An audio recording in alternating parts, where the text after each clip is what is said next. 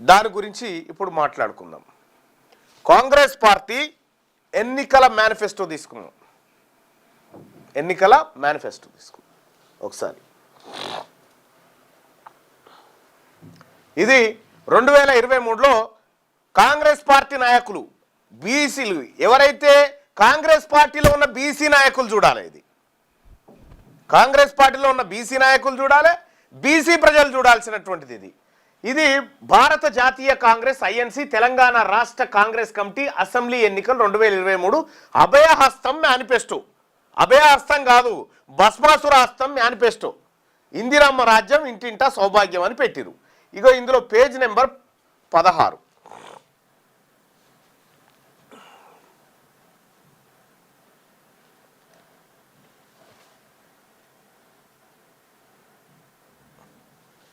Right, ఇది Kamareddy declaration.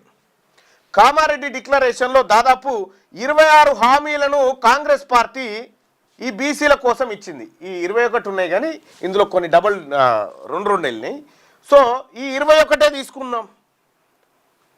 ఈ హామీలలో నేను ఛాలెంజ్ చేస్తా ఉన్నా, మహేష్ కుమార్ గౌడ్ గారు, మీరు పిసిసి చీఫ్గా, ఈ హామీలలో ఏ ఒక్కటి